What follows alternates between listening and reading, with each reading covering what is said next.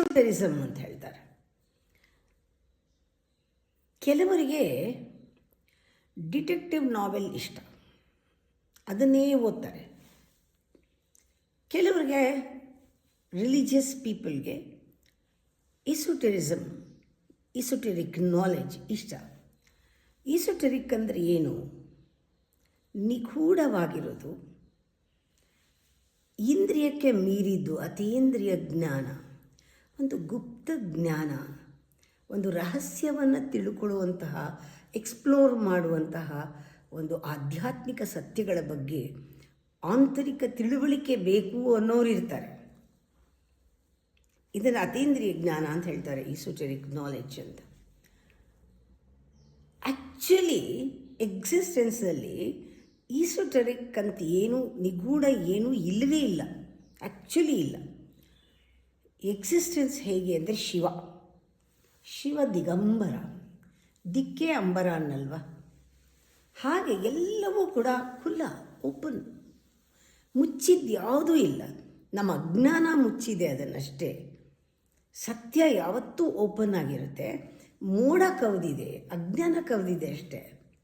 Spirituality ಅಂದರೆ ಒಂದು ಅನುಭವ, ಜ್ಞಾನ ಅಲ್ಲ, ಆ್ಯಕ್ಚುಲಿ ಒಂದು ಎಕ್ಸ್ಪೀರಿಯನ್ಸ್. ಟ್ರೂತ್ ಅನ್ನೋದು, ಸ್ಪಿರಿಚುಯಾಲಿಟಿ ಅನ್ನೋದು, ಅದು ತಿಳ್ಕೊಳ್ಳೋದೇನಿಲ್ಲ. ಸುಮ್ಮನೆ ಇದ್ದರೆ ಅದು ಓಪನ್ ಆಗುತ್ತೆ. ತಿಳ್ಕೊಳ್ಳೋಕೆ ಹೋದರೆ ಎಲ್ಲ ಅದರ ಮೇಲೆ ಬಂದು ಕೂತ್ಕೊಳ್ಳುತ್ತೆ. ಅದಕ್ಕೆ ಜ್ಞಾನಕ್ಕೆ ರೆಡ್ಯೂಸ್ ಮಾಡೋಕ್ಕಾಗಲ್ಲ. ಸ್ಪಿರಿಚುಯಾಲಿಟಿನ ಒಂದು ಜ್ಞಾನ ಅಂತ ಹೇಳಿ ರೆಡ್ಯೂಸ್ ಮಾಡೋಕ್ಕಾಗಲ್ಲ. ನಿರಂತರ ಅರಿವು, ಕಾನ್ಸ್ಟೆಂಟಾಗಿ, ಕನ್ಸಿಸ್ಟೆಂಟಾಗಿ ಅರಿವು, ತಿಳುವಳಿಕೆ, ಒಳಗಡೆಯಿಂದ ಒಳನೋಟ, ಇನ್ಸೈಟ್. ಅದು ಪದಗಳಲ್ಲಿ ವಿವರಿಸೋಕ್ಕೆ ಅಸಾಧ್ಯ. ಯಾರೂ ಅದನ್ನು ಈ ರೀತಿ ಅಂತ ಹೇಳೋಕ್ಕೆ ಸಾಧ್ಯ ಇಲ್ಲ, ಡಿಫೈನ್ ಮಾಡೋಕ್ಕೆ ಸಾಧ್ಯ ಇಲ್ಲ. ನನಗೆ ಗೊತ್ತು ಅಂತ ಹೇಳೋಕ್ಕೆ ಸಾಧ್ಯ ಇಲ್ಲ.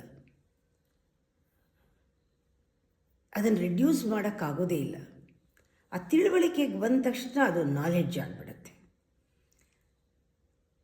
ಯಾರಿಗೆ ಅನುಭವ ಆಗ್ತಾಯಿದೆ ಅವರು ಅದನ್ನು ಹೆಚ್ಚು ಹೇಳೋಕ್ಕೆ ಪ್ರಯತ್ನ ಪಡಲ್ಲ.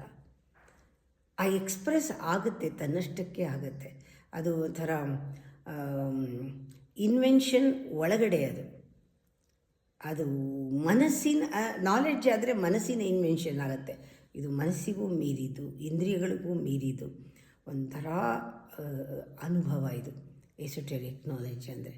ಇದರಲ್ಲಿ ಕೆಲವರಿಗೆ ಆಸಕ್ತಿ ಇರುತ್ತೆ. ಅಧ್ಯಾತ್ಮದಲ್ಲಿರೋರು ಕೆಲವರು ಪುಸ್ತಕ ಓದೋಕ್ಕೆ ಆಸಕ್ತಿ ಇದ್ದರೆ, ಡಿಟೆಕ್ಟಿವ್ ಸ್ಟೋರಿ ಓದ್ದಂಗೆ ಎಲ್ಲ ಸ್ಪಿರಿಚುವಲ್ ಬುಕ್ಸು ಓದ್ತಾ ಇರ್ತಾರೆ.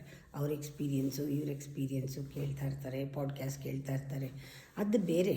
ಆದರೆ ನನ್ನಲ್ಲೇ ನಾನು ರಹಸ್ಯವನ್ನು ತಿಳ್ಕೊಳ್ತೀನಿ ಅಂತ ಹೊರಡ್ತಾರಲ್ಲ, ಅದು ನಿಜವಾದ ಸ್ಪಿರಿಚುಯಾಲಿಟಿ. ಇನ್ಸೈಟ್ ಕೊಡುತ್ತೆ, ಬೆಳೆಸುತ್ತೆ ನಮ್ಮನ್ನು ಆಳವಾಗಿ. ಇದು ಒಂದು ದಳ ಸಹಸ್ರಾರದಲ್ಲಿ.